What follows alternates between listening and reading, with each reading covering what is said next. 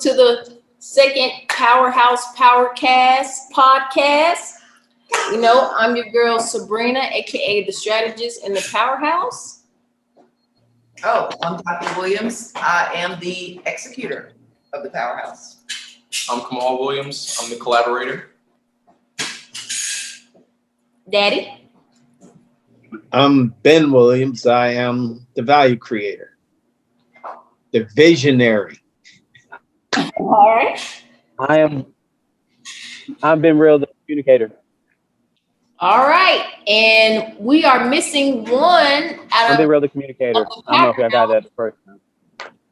we're missing one out of the six of the Powerhouse today. My sister, big sister Mallory Williams, now known as the Rash on the list. So guys, we're just starting this podcast because it's been a minute since we came back to you with the podcast. We did a podcast at the top of the year, kind of like a prediction while we're in COVID, and we'll recap that on our channel. But we're just starting back new. A lot of things happened. A lot of things segued, and we're pretty much, foundationally where we need to be. So we're just bringing it back. So right now, I don't know if you guys know, but if you don't know, we have our family. Dr. Williams, my mom, started the largest Black-owned search engine in the nation called So What's Good. And Mom, if you could just give them a little information on why you started this search engine for Black businesses and why it's important to all of us in our community. Wow, thank you. So yes, back in maybe March, April, we launched the largest Black-owned search engine, and it's called So What's Good, LLC. And I tell folks that the reason that I started it is because of what was going on in our community. I believe that economics is the key to solve all of our ills within our community. I did not participate in the marches and the protests. However, I wanted to do something and get involved. And so, like I said, I believe that economics is the fuel that will pull all of this together and make it easier for us to get to where we're going. So hence I started So It's Good. All right, sounds good. So like I said, guys, check it out. It's SoWhat'sGoodLLC.com. Go sign your Black business up today. It's free. And we also do paid features where we promote you guys in our promotions, our YouTube, our blogs, our website. We're going to probably start a podcast for that as well. But guys, stay tuned. Just check out the website, sign up your Black business today so you can see where our dollars in our community is going. It has a dollar counter. So like I said, they say our dollar doesn't stay in our community for 10 minutes, more than 10 minutes. Was that it? If that long. I think it's like 6 minutes. I think it's even less. You're right, Daddy. So guys, check it out. But Mom, speaking on that, we have a question for one of our Powerhouse members that right now is currently, I guess, they're on vacation. She's an author. We're going to give you her name too, because what we do as a family is we work off our strengths, okay? Although, I'm sorry. Hey, so we work off our strengths, and we don't, we're not aware of our weaknesses, but we try to work with our strengths so we can bring each other up and work with our weaknesses kind of on our own time, but our strengths will get us further. So we kind of work on that together. So hence our superpowers and our names, what we're good at, because when you get with a group, you always want to know who's good at what, who doesn't want to do what. You always want to know that thing. So we kind of got that going on. So Brianna here, Brianna Cole is a wonderful author, screenplay writer, and etc.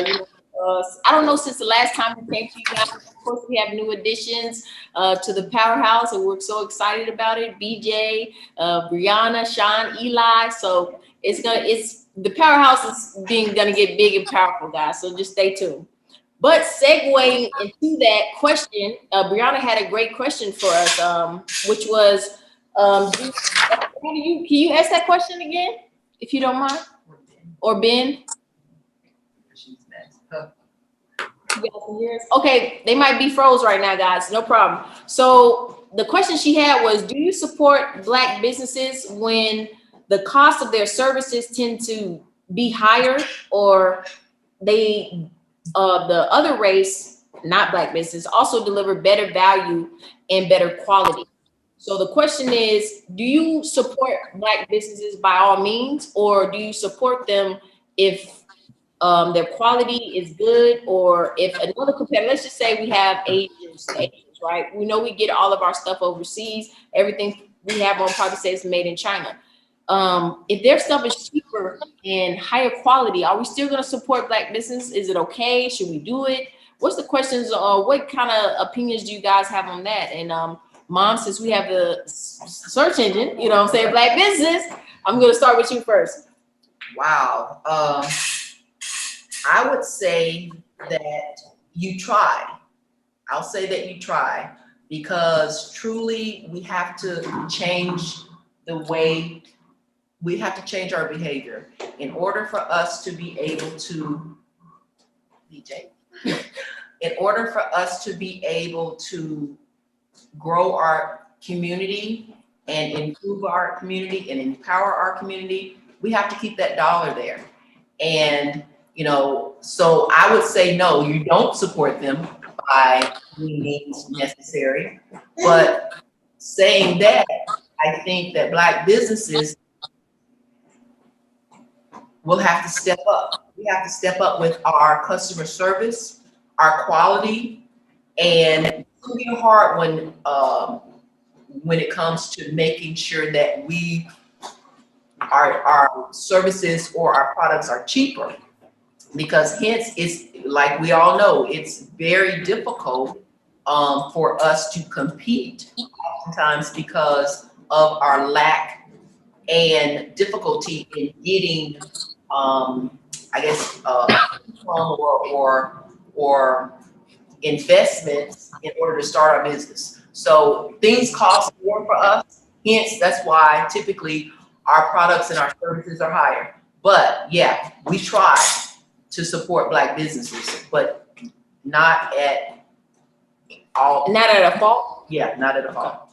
All right. Yeah. Thanks for sharing. What about you, Kamal? What do you think? I definitely think it should be your first and your second option to support a Black business. And even if maybe you can't support that particular business because maybe they we asked in the question, the barrier of entry is maybe too high. There are other businesses that offer those services that are also Black. So you may not be able to support that exact business, but you can definitely support a different one that has the same service. So I definitely think it should be your first and second option. You shouldn't just give up after one try, but there are always alternatives. I think you should be looking for ways to support Black businesses rather than looking for reasons not to support them. So yeah, just look around in your community, because there are a lot of Black African American entrepreneurs. You know what I'm saying? We have to support each other. So just make sure you're looking to support one another.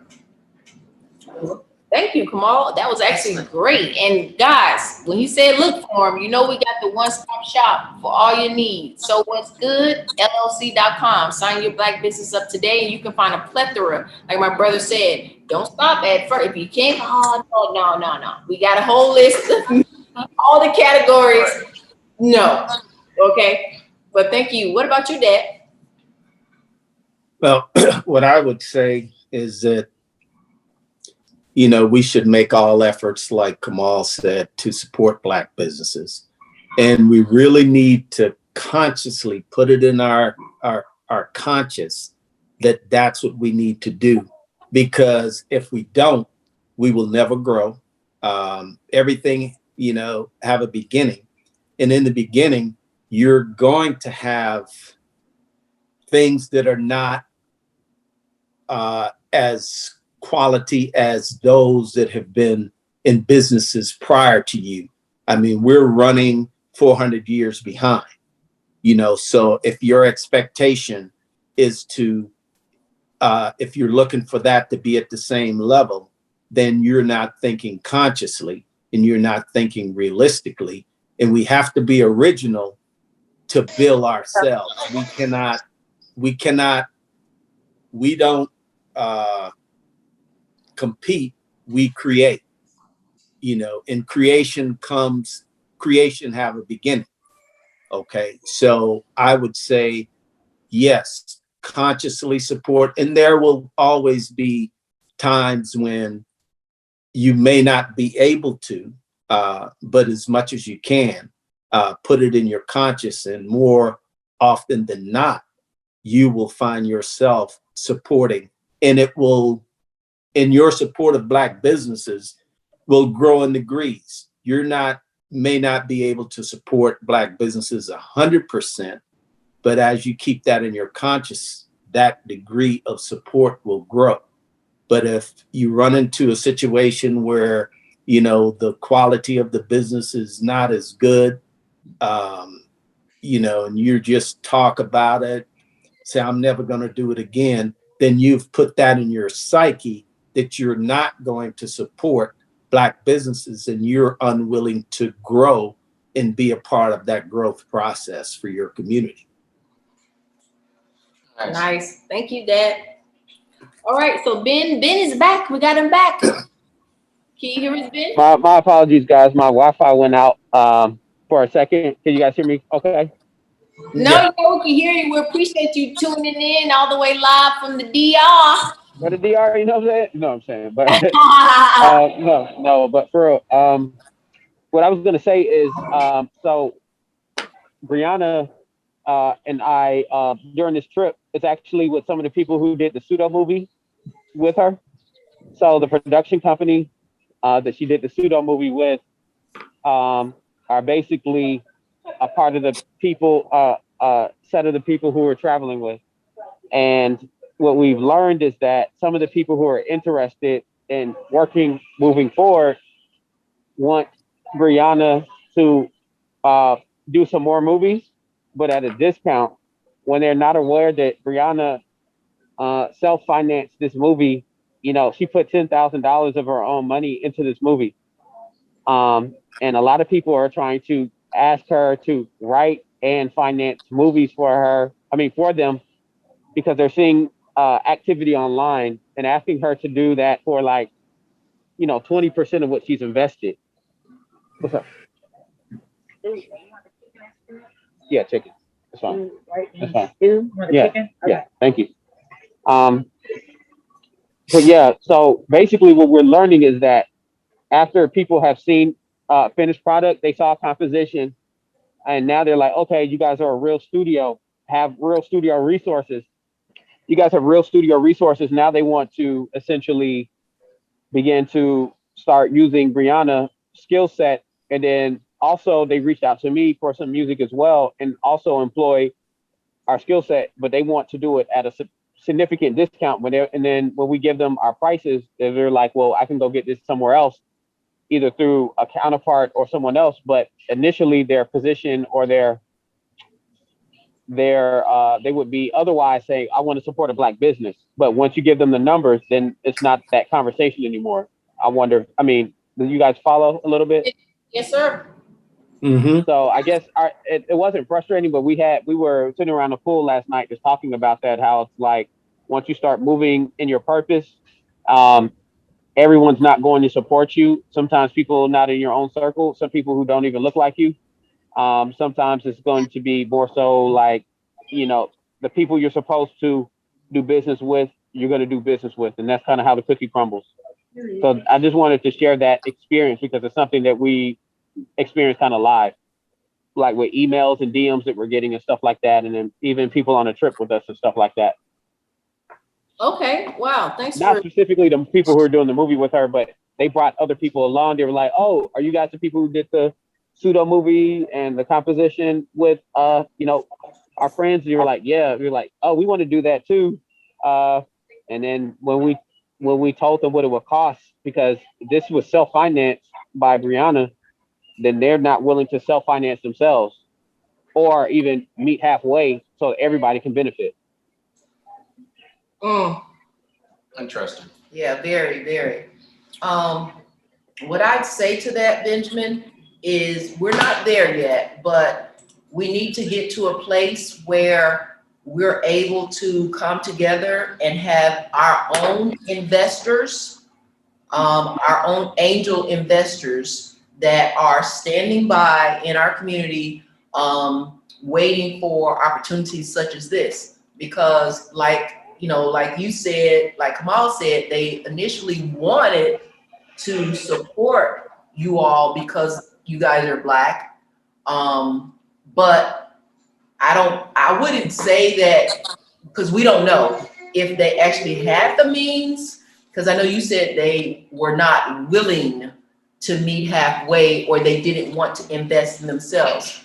Oftentimes people, they have big dreams, but sometimes they don't understand that big dreams, you have to sacrifice, and you got to be able to go to families and friends or whomever. And that's why I think it's important that we create, I don't know, like a group or help me out, guys, a network, yes, of individuals that have extra resources, okay, that would be able to support something like that. You know what I'm saying? That keeps that dollar in our community.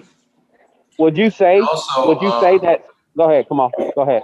I just want to add on to what Mom said, but also, like she was saying, maybe they didn't have the means, maybe they did, but also a lot of people going into new business ventures don't actually understand the actual cost of doing any real business. Yes. They just assume, I can just get in at the ground floor and just start making my ideas and my dreams come true with little to no cost. And, in all of us, we've done business before, and we understand that's not how it actually works, right?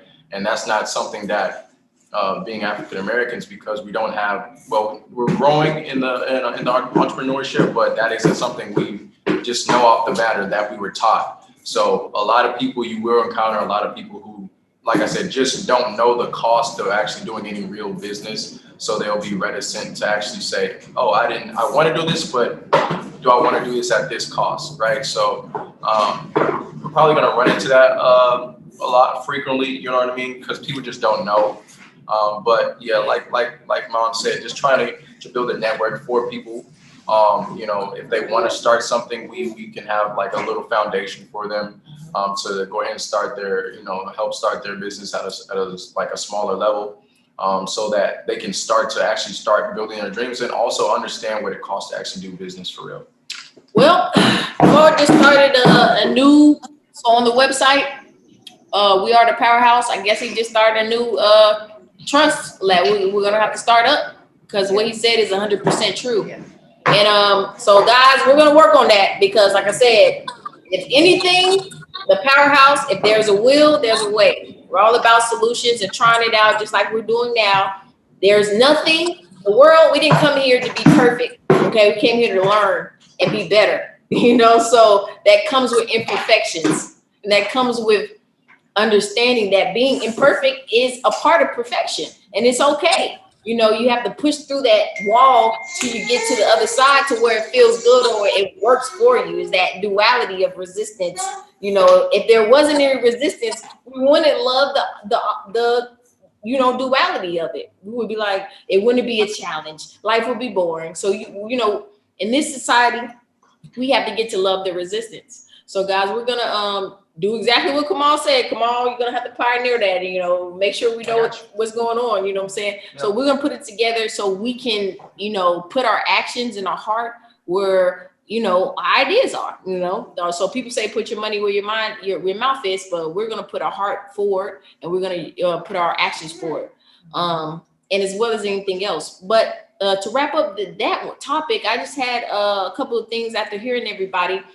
One thing that I did want to mention is that I agree with everything that was said. But as a strategist, I definitely think about strategy. And one thing that I think about that we didn't really think about over the summer, like I said, I have a nonprofit called Divine Tribe. I did a lot of, let's just say, human experiments. And, so the point is, I'm very into the human mind. And one thing I realized is that you know, I understand the 444 years that we, you know what I'm saying, we're just coming into the age of Aquarius and all this stuff, and we aren't used to having, like Kamal said, or aren't used to, we don't know financial literacy 101. Everybody doesn't know, you know what I'm saying? So that's fine. But just like we're practicing today, it's about what do you have to offer? So making strategic alliances, I feel like will help the fact that I don't have, let's just say I don't have $10,000, right? My little nephew. Let's say I don't have $10,000, but Kamal, I do have $10,000. I can make your album, which will cost you $2,000 for 10 songs. Right. You know, can you make me X, Y, and Z? You know, for example, I'm bartering right now to do a film. You know, and that don't cost that costs money. But I'm bartering with what I have to offer, with my talents, with my life force, with what the creator gave me to be able to offer my reflection and my counterpart. And I feel like as Black people or as melanated people, we have to understand that it's not about what you don't have, or, you know what I'm saying, or anything like that. It's about choosing to work together, choosing to do that, you know, and making it a win-win situation. We all have something to offer, but it's about kind of like tweaking your mindset to say, I'm going to make this work because I want to.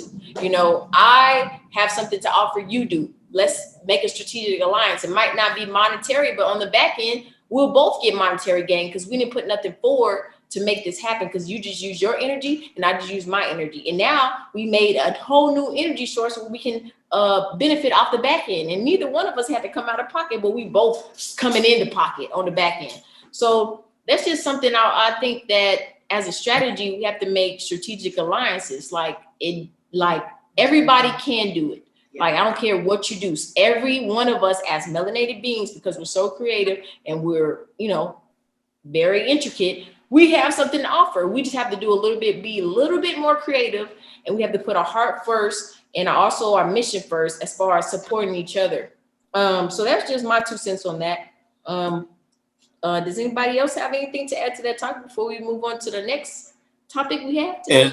And well, what I would say is that, you know, what you just said, what Kamal said, I think what we all said, the bottom line of being successful is that we're going to have to be conscious of doing that. Because if we're not conscious of it, just like, you know, you run into an obstacle or you run into a no, instead of looking at that no in a negative way, you look at that no in a positive way, because the more no's you get, the closer you're coming to a yes. And what I would say to Brianna is, you know, be encouraged, especially just listening to what was said on this podcast. Just tap into that energy and keep it moving. Don't look at you know, those people that try to devalue your services in a negative manner, because they may not be operating on that level, but you can help to bring them up to that level with the energy that you send back at them. You know, because it's a growth process and everybody's not on the same level. So we just have to be conscious of that. And, you know, if we're all conscious of that, we will grow. But if we're not, you know, we're going to be clashing it. We can still grow, but it just takes a longer time for us to do that. All right. Thank you so much Good for information. that. Good Anybody information. else? Anything to add? Nope. All right, guys. I would just say also to Brianna, don't discount them. You know what I'm saying? Still stay in contact with them.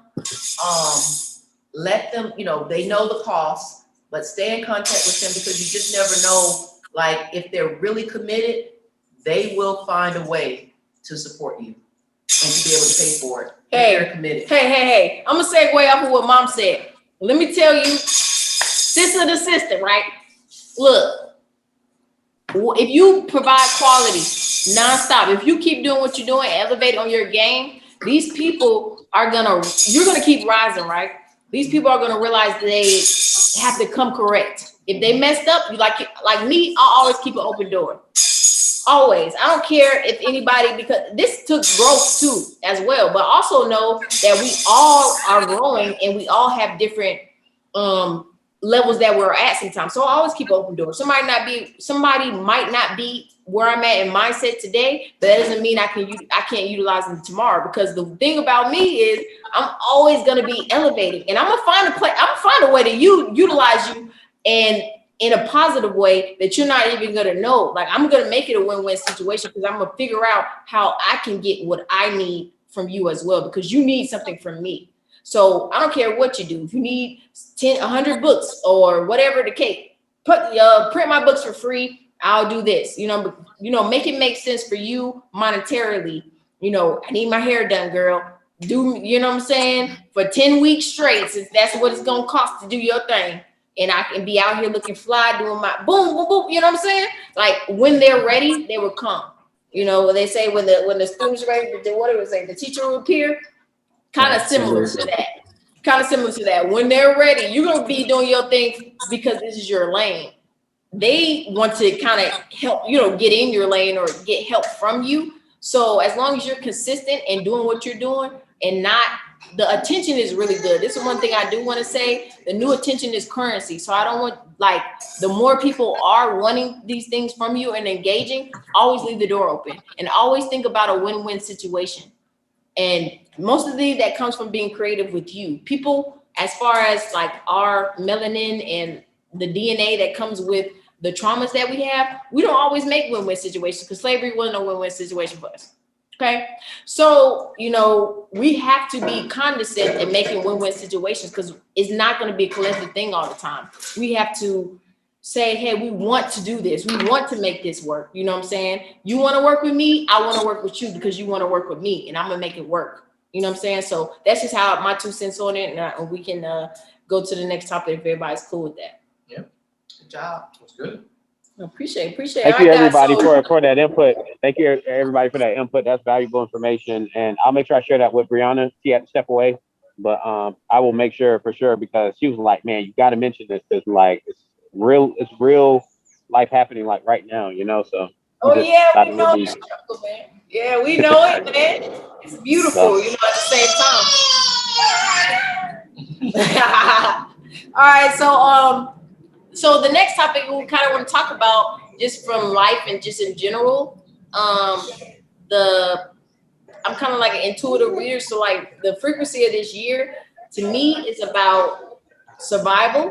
It's about also figuring out how to dismiss what you didn't work, what you learned. So we know now we need to work together. I mean, from the 4 years, some of us don't. Some of us think that doesn't matter, but you're gonna see moving forward into the future, that's important for us to work together and do these different things. But another thing that I want to bring, a question that I personally had was just for the audience and in general, my family as well. Like, what does family mean to you? What does that mean to you? If you want, I can go first. I'll go first. For me, can you guys hear me okay? Yep. So I guess for me, family is it's I won't say a construct, but it's the group of people that overstand you. A lot of people say understand. It's a group of people that overstand you. Whatever you're going through, it kind of doesn't have to be explained, because everybody kind of knows who you are, your weaknesses, your strengths, your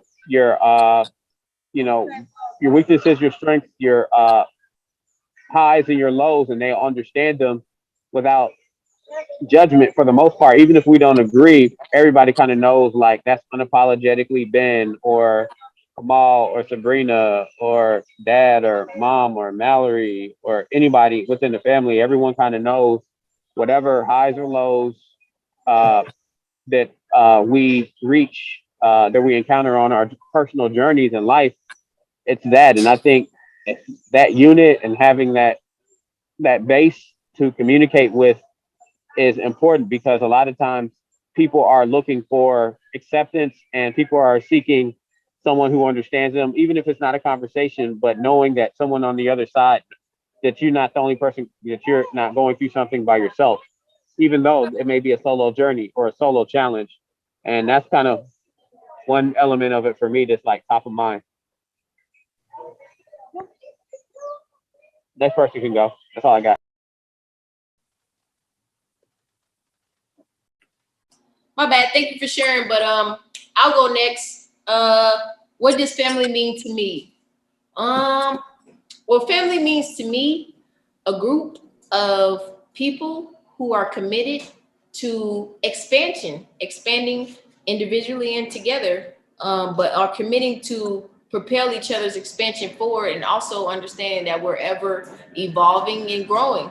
And like Ben said, leaving room for growth, but also knowing we're not perfect and we can find perfection in those imperfections.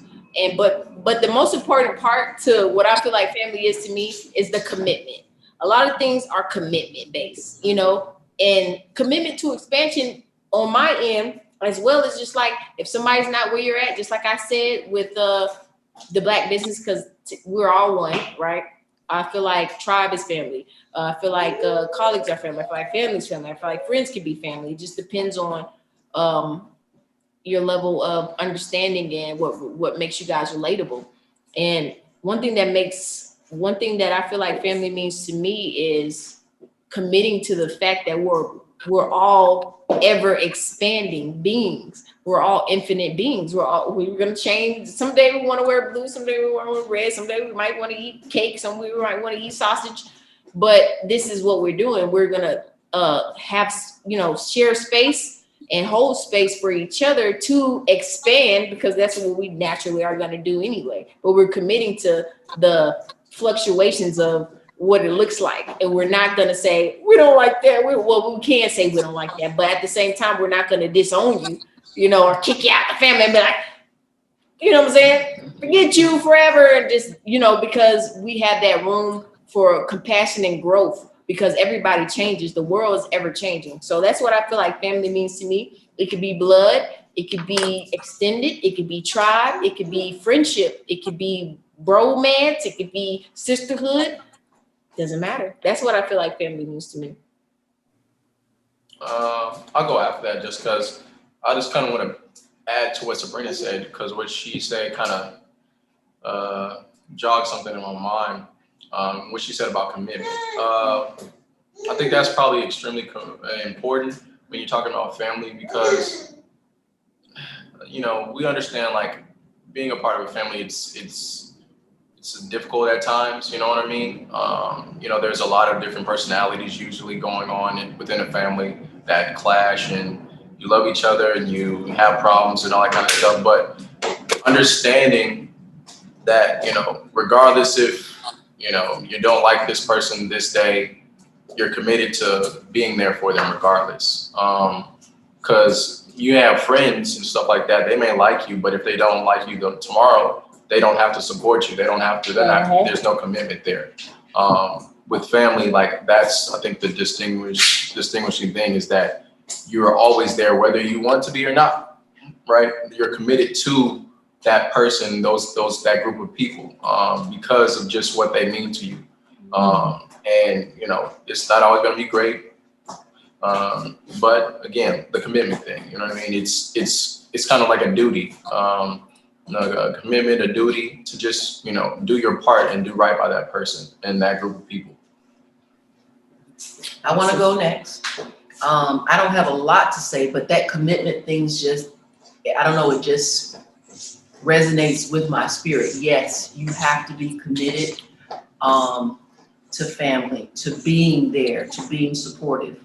And I don't know, being a mom, being a sister, being a daughter, that commitment, regardless of what's going on, my family, immediate family, they know that I'm going to be there. I'm committed to their success.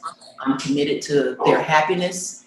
And if there's anything that I can do, regardless of what I'm doing or what's going on in my life, I want to make sure that they know that I am there.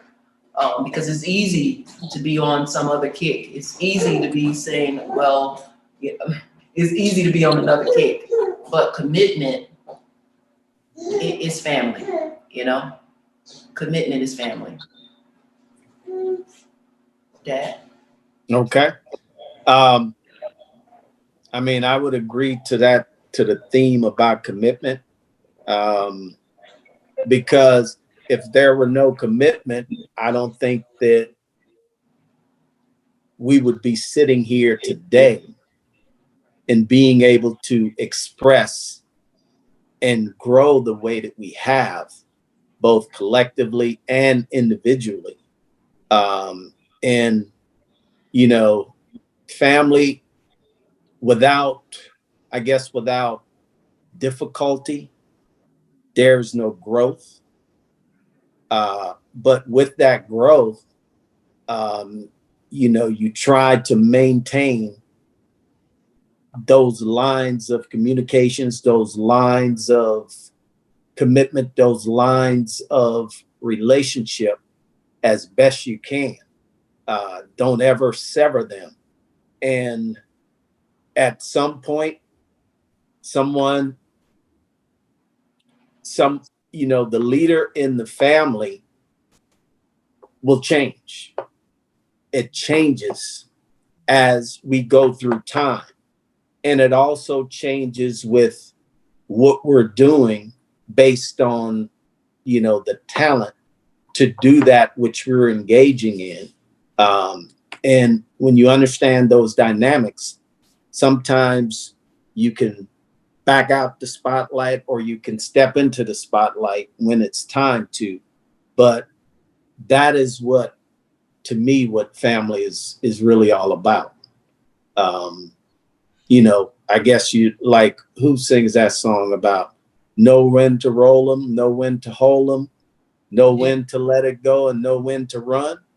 I think that's what it's all about. Okay, sorry about that, guys. I can't. You guys can hear me? Clear? I can. Yep. Okay.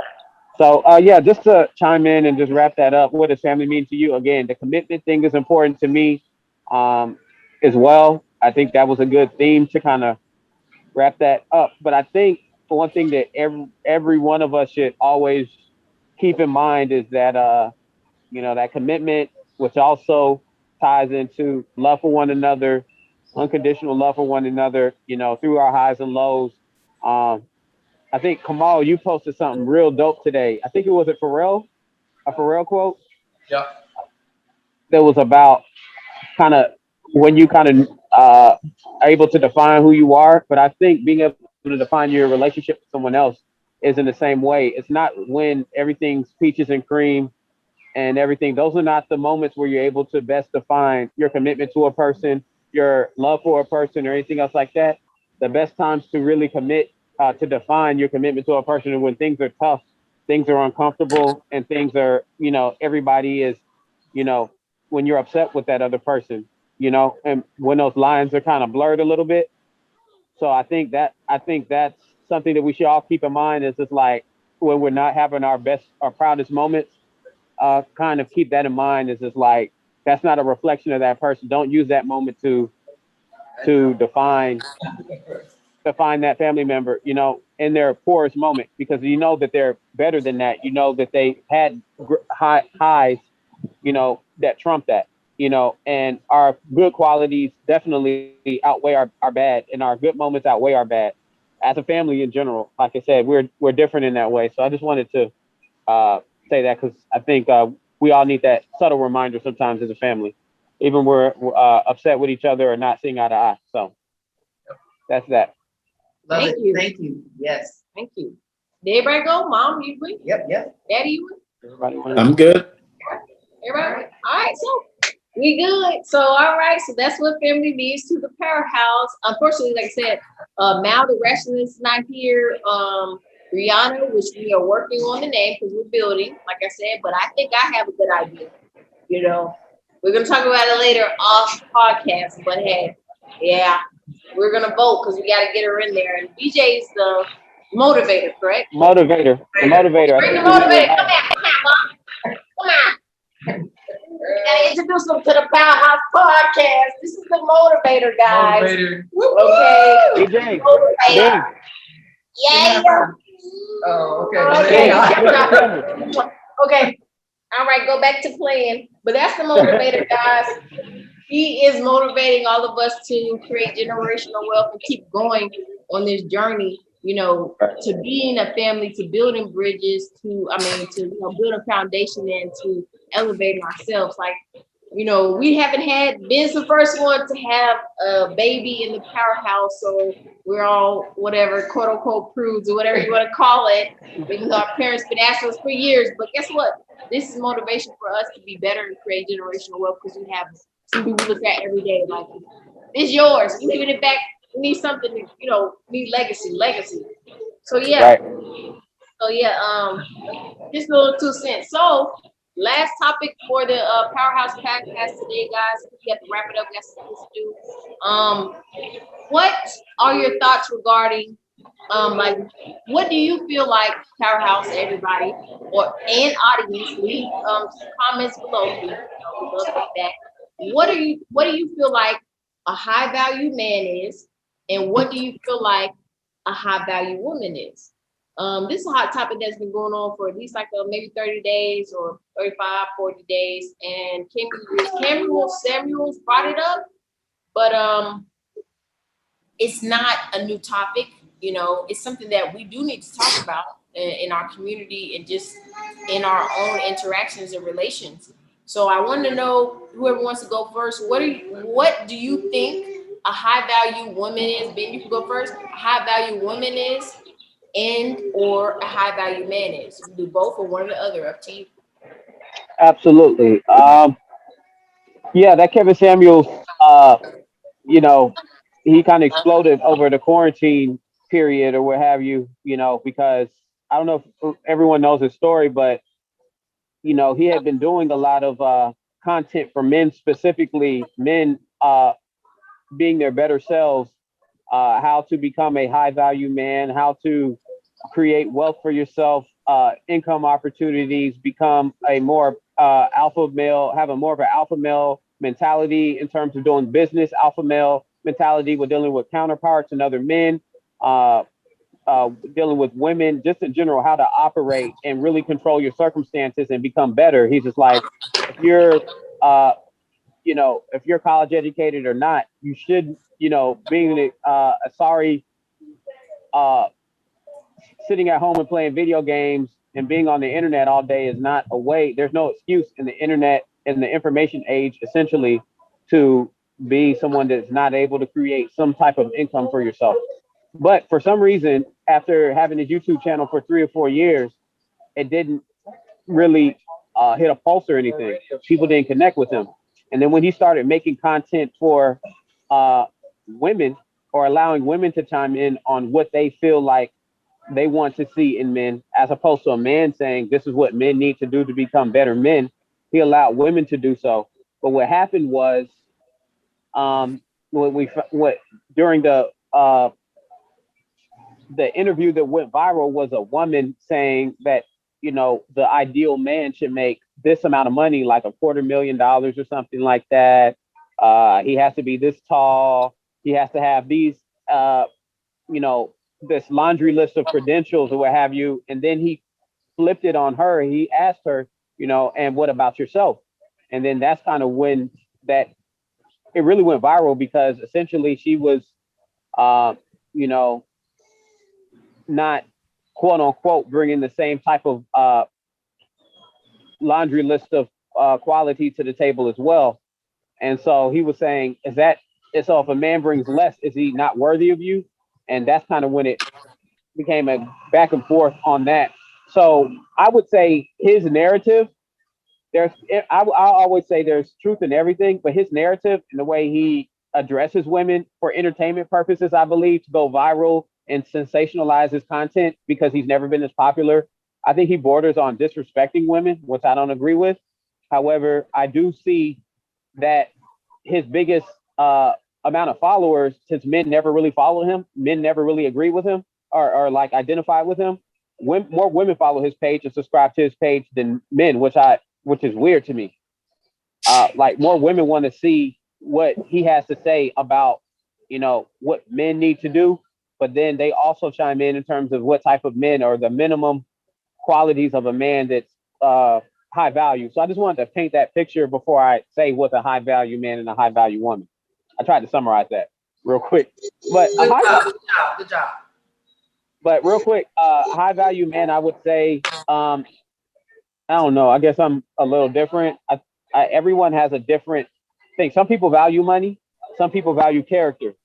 So to me, I kind of value character more in men and women. So I'll summarize it for both.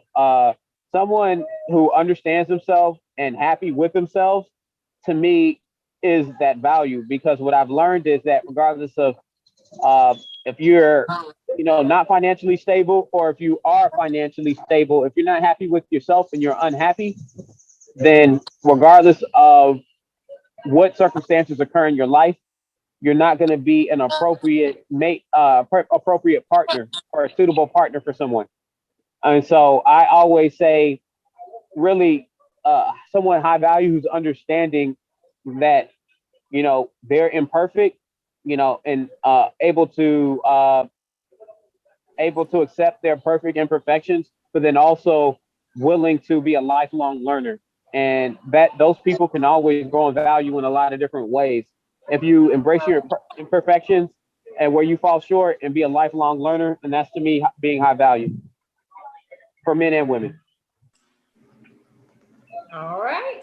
Sounds good. Thank you, Ben, for sharing. Anybody want to go next? Sorry, y'all. I gotta run. I'll watch the last piece of this, but I gotta run. Okay, I'll watch Ben. the last piece. All right. But I love you guys. Love you Love too. you as Thank well. you. Enjoy All right, your bye vacation. bye. All right, bye. Bye. Tired. Yes, he is. All right. Anybody want to go next? I'll go. Okay. I've seen a good bit of Kevin Samuels content as well. Ben already summarized it, so I'm not gonna go back through it.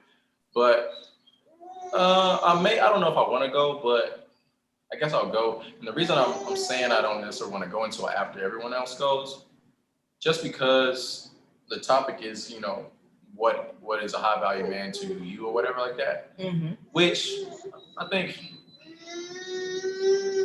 it's important, but it's not really important. And the reason I say that is because a high value man, a high value woman, it's not designated for everybody. If you look at anything on the market, everything doesn't cost the same amount. You know what I mean?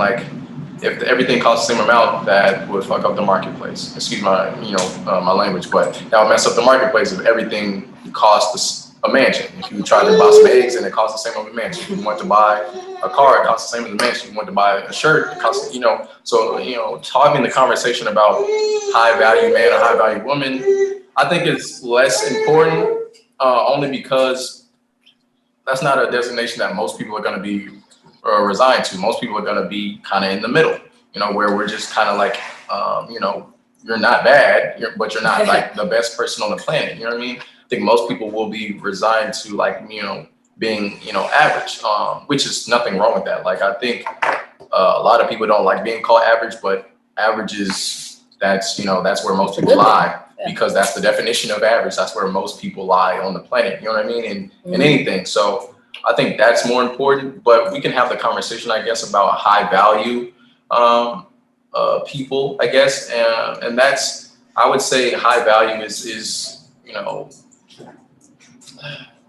I think you have to have a certain, you have to be able to bring a certain, skill set to the table that's valuable to the world, or any given industry that you're working in. Regardless if you're a man or a woman, I think that makes you a high value person. And I guess if you want to be relegated to relationships, I think also being able to provide whatever, provide in the role that you are supposed to, whether you're a man or a woman, because men and women don't have, have the same responsibilities in relationships. So as long as you're able to at least fulfill those obligations and kind of go above and beyond, you can be a high value person, I think. But I think, again, I don't know if I agree with the obsession of people trying to have a conversation about how I value people, because that's just not where most people are gonna lie. So it's kind of I mean, I guess it's just like a dream thing that people, aspirational thing, but you know, most people are gonna be in the kind of mid to average place, which is Where is this? What are you running out of there, Sabrina? Huh? oh, what spirit you running out? Oh no, this Palo Santos. This runs out the spirits. This just raises positive frequencies. So I don't have to open doors because I'm not bringing no. This Palo Santos is good. Okay. All right. But yeah, I mean, so I guess you guys can add, you know, what you guys think it is, but I like that. Yeah.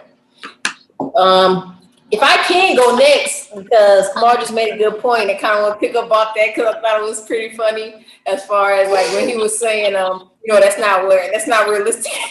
But you know, as far as like everybody want to know how I value, like clearly we have, come on. But like I said, I get it. A lot of things in this matrix to me aren't realistic, but people do it. So I'm just like, hey, let's go with it, right? So like one thing I feel like when Kamal was talking, like all I kept thinking about, no offense to nobody, because I love my city, I love my creators, my fellow creators, you know what I'm saying? Got it tattooed on me, right? So like one thing that came to my mind when I heard Kamal was like the city girls. And no shade to them at all. Like I said, woman power here, sisterhood, Atlanta, you feel me, out, all that, right? But the same thing is just like, you know, speaking to Cameron Samuels, what he was saying is just like, you know, you got a flupa, or you fat, right? Or you have extra weight. You're like 150 pounds overweight, than the man that you want that has a bag and all this. Women have hella high standards for men, which is I'm not gonna say it's okay, because that's not realistic again, and that's not pushing yourself and making yourself a sin. But women have like very high standards, and they think they just supposed to get this and get that, without realizing that they have to do the work too. And I'm not talking about everybody. I'm just talking about somebody saying, if your nigga ain't got a bag, then leave it. If he can't buy me a Birkin, you know, and you work at McDonald's. If he can't buy me no red bottoms and work at Brewster's.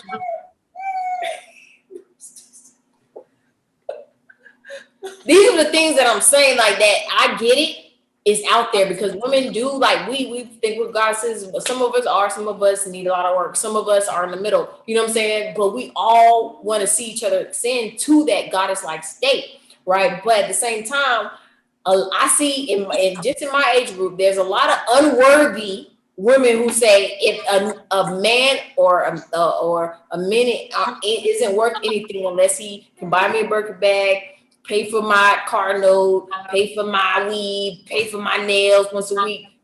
Horrible. You know what I'm saying? Because these women do not have anything to offer, and they just hear a rap song and like, put a bag, buy me a bag, you know what I'm saying? They're like, oh, I need that because that's what the real, you know, but you got to be one, you know what I'm saying? So so that's about the women, kind of segue, go to both of them. But high value man, there's, the first time I heard about this topic was because I follow Nipsey, and I think, like I said, he was a transitioning God, you know what I'm saying, at the same time, but he had a book list. And one thing on his book list, I pretty much have most of his book list, but one thing on it was The Way of the Superior Man. I don't have the author right now. Let me see if I can, just because I want to be accurate here. The Way of the Superior Man by David Deia, D-E-I-A. So The Way of the Superior Man, I haven't read it all the way through, read some clip notes and a couple other things because I'm going to purchase the book. I like to have physical copies, put in my library like my dad in the back. But like I said, so The Way of the Superior Man kind of talks about that in the clip notes I read. And it basically says you have multiple options, but also in spirituality, what I'm learning is that we create our own rules. We create our own template. So at the end of the day, if it's worth it, you're going to make a win-win situation, period. If it's worth it. If it's not, anybody that's in lack in that situation, guess what? you're gone. Because at the end of the day, it's about creating a win-win situation with the energy that we have in our union. Doesn't matter if you hold this energy, because it's supposed to be a reciprocal. We pouring it into each other. So you might have this, but there's something I give you that's irreplaceable. And that's where I feel like the high value woman comes into play. Women are highly valued because we bring life into this world, but we also bring life into this world that's fucked up. Let's be real. We bring life to this world that we cause trauma and more trauma. We don't fix our own trauma. So it's a good thing and a bad thing. We bring life, but we also make the lives here probably have to repeat it if we don't do our due diligence sometimes in our motherhood state. Or just learn. It's about continuous learning to me. That's my opinion. But at the same time, a high value woman is going to understand that she has a high value man and she's not going to have a lack mentality. High value women, in my opinion, because I consider myself one, we don't have lack mentalities. You can do whatever you want to do. Just know what we're doing. You know what I'm saying? You can do whatever you want to do because I want that for you. But just know what we're doing. As long as we have agreement, I don't care what you do. As long as you know what we're doing. And as long as you keep that sacred and keep that at the top of your priority list, we can do anything you want to do. And that's how I feel about it. But also, I have to give something to you in return. It's all about equal give and take to me. But when you have those imbalances, a man can say this about a woman and a woman can say this about a man. But when you're not giving and taking equally, it's all up for grabs. And we don't have that agreement. You're not transparent and you don't make those win-win situations with each other, anything can happen. But that's just my 2 cents on my thoughts on what a high value man is and a high value woman. Perfectly, totally fine to me. It's just about your agreement with each other. If your woman is not giving you what you need as a high value man, of course you're going to find someone else. Vice versa. If your high value man or your man that you think if another man comes along, he could do the things that you require in your agreement, of course you're going to move along. It's also not about illusions. If I work at McDonald's, I'm not going to want somebody that's $10 million because I need to work on myself and I might work at the McDonald's and I can run the feet super good. Hey, that's what I give. You know what I'm saying? That's my value at the end of the day. And if that's in our agreement, then I'm a high value woman too, rubbing these feet and working at McDonald's. You feel me? But that has to be in our agreement. So that's just me, my 2 cents. I'm going to go next. Wow. I think I'll try to go next. Yeah, that was a lot. I believe that whole concept is an illusion. And where I came from, of course, is my parents and my grandparents. And grandparents, I don't know, were married 50 some odd years.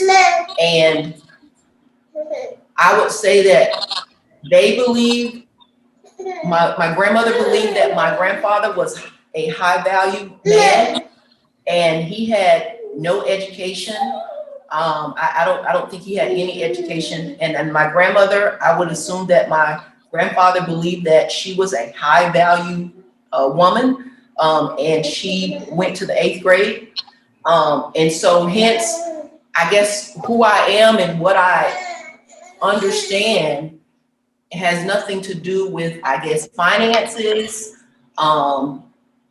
It's commitment again. It's commitment that makes the value, or that gives the value, commitment, loving, respect, being there for one another, understanding what each other needs would make that person a high value. And I think that really here we are in Atlanta, I think a lot of folks have gotten it wrong. And I think our society, we're on some whole nother level that we shouldn't be on. You know what I'm saying? We shouldn't even be worried about high value man or female. We need to be working on some other self and economics, improving ourselves, making our community better. But so I would disagree with that whole premise. I think it is a myth, and I think society's got us focused on the wrong stuff for sure. Okay. You're up, Dad. Wow, that's a lot. You're muted. Can't hear you.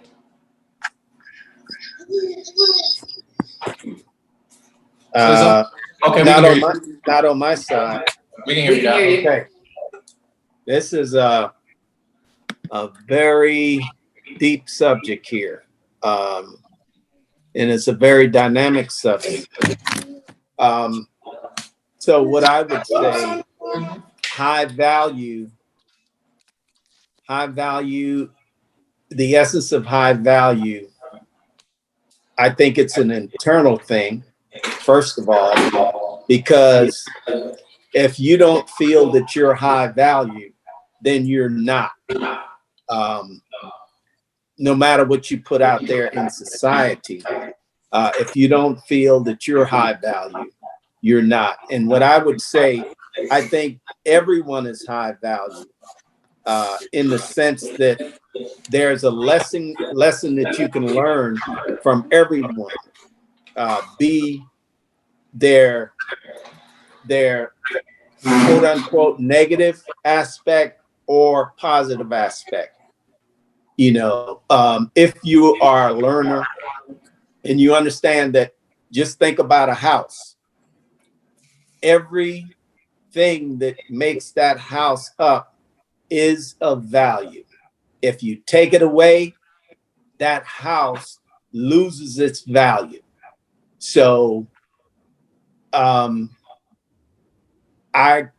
don't like the idea of someone trying to define someone, saying that this person is more high value than the other. Yeah, that person might be high value to you, but low value to someone else. For instance, when we look at the entertainment world and all that other stuff that people gravitate toward as high value, but when it comes to our community, they're low value. Okay. When you come, they're high value to the established order, but low value to us. So, you know, it's a relative term, I would say, unless when you start, I guess you have to define it based on what you're looking at, what aspect of it that you're looking at. But I think that everything has value, and it begins with the internal process. Because if you don't feel that you're high value to yourself first, you're never going to be and you can never be high value to everybody. That's just the reality of it, because you might be the arm and they want a leg. Okay, so a leg, if they want a leg and you're an arm, you're not high value to them. You know, it does not mean that you're not high value. It's just that you're not high value to them.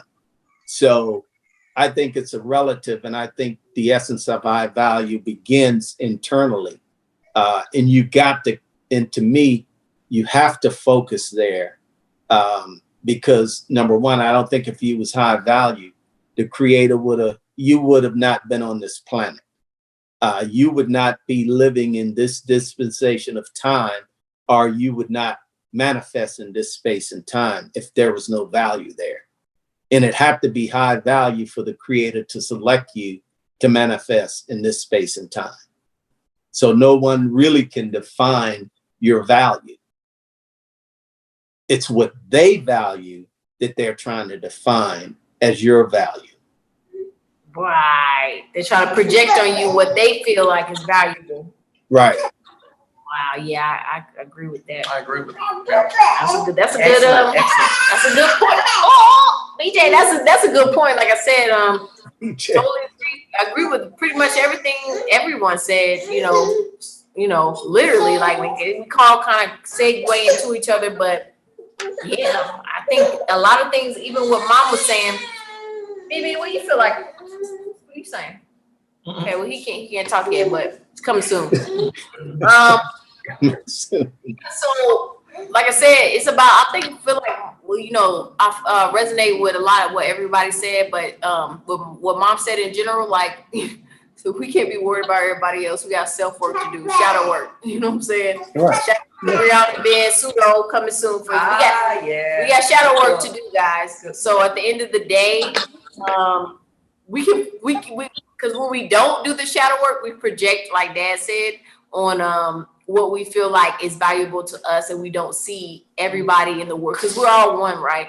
We're all useful. Like I said, the win-win situation, we have to find the value in each other and be creative with that because it's there. We just got to be a little bit creative because over these 444 years, we've been told that we're just slaves, we're niggas, we're this and that. So some people are bitches and hoes, sluts, and whatever the case when you want to believe, right? That's what we're told we are. So it's gonna take like you said at work, a mind shift, a mind paradigm. You know, it's gonna take you're shifting the way you think because we literally can support each other, we can love each other. Everybody's value. We just have to figure out what works for us that's going to make us feel like we're getting something back in return. That's really what it is. You know, if I know that I can give you $10 million or 10 acres or a mule and 50 acres, what are you going to give me back in return? Otherwise, I'm going to feel like I'm getting the short end of the stick. That's just it. But I have to be aware of what I need and what I value and have to be real transparent with that and not have king disease and be gluttonous and pretty much just be gluttonous because I'm a king. That's a real thing. Like, you know, when you have multiple options, there's such thing as gluttony. You know, you could have so many options, it destroys you. You know, it becomes poison because you only need to take what you need. You don't need to take anything more or anything less because that can also harm you. So it's about that divine balance, guys. But like I said, we're gonna wrap it up. I mean, that's what we want to talk about today for the most part. Thank everybody for tuning in. Thanks to all the Powerhouse for coming through, and the people that haven't, we send you love and light, and hope to see you again next time. And anybody else got anything to say before we wrap it up? No, thank you guys for tuning in to our podcast. We'll have more powerful podcast. Definitely, I need it so I can revisit the points. It's really I think it was a really dynamic podcast. So thank you, strategists, for spearheading, and thank everyone else for their contribution. Thank you guys. Love you. Peace, love, and light to the family. We'll see you guys. Love you all as well. Tuning out. Peace. Peace.